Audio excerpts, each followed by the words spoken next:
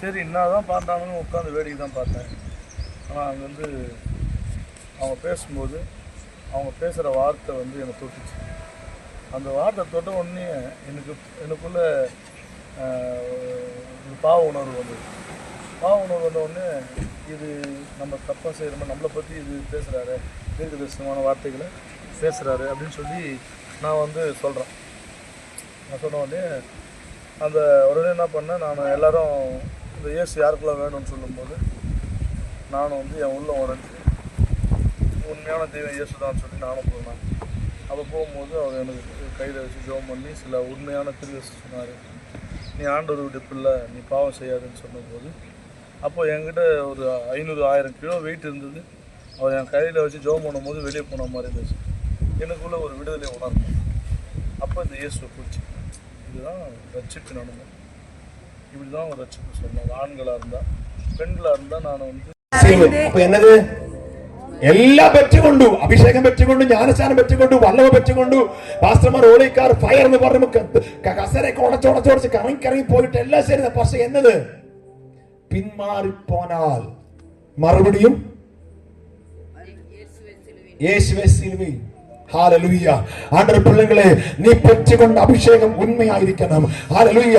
അതിനാൽ കർത്തരുടെ പിള്ളയെ ജ്ഞാനസ്നാനം എടുത്ത പിള്ള എന്നാ ചെയ്യണം? കർത്തരുടെ പന്തിയിൽ വരണം. അതിനാ ബൈബിൾ ചൊല്ലുന്നത് അപ്പോസ്തല ഉപദേശം. 1 നീ മനം തിരിയണം.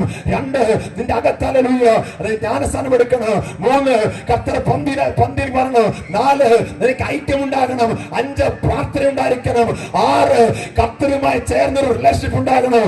ഇന്ന് 6-7 കാര്യങ്ങൾ നിന്റെ வாழ்க்கை ഇല്ലാമ ഇരുന്നാൽ നീ വെറും വേസ്റ്റ് மட்டும்தான்.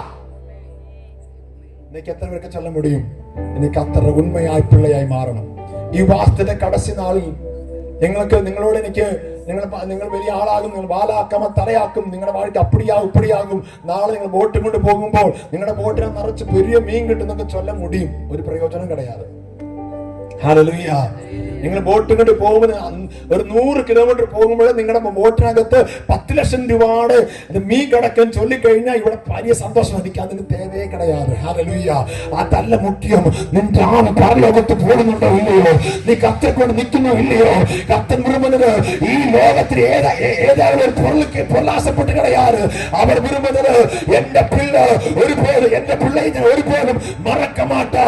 ആണ്ടവരുടെ പിള്ളകളെ, അവർ ചൊല്ല വാർത്ത, ഞാൻ എന്റെ പിള്ളை മറക്ക മാട്ടാ. അപ്പടിയാണെങ്കിൽ നാം എന്നാ ചെയ്യக்கூடாது? നമ്മുടെ കർത്തനെ മറക്കக்கூடாது. എല്ലാരും എളുപ്പിന്നാടെ, എല്ലാരും എളുപ്പിന്നാടെ. 2 കരങ്ങൾ പരലോകത്ത് ഉയർത്തിയാടെ.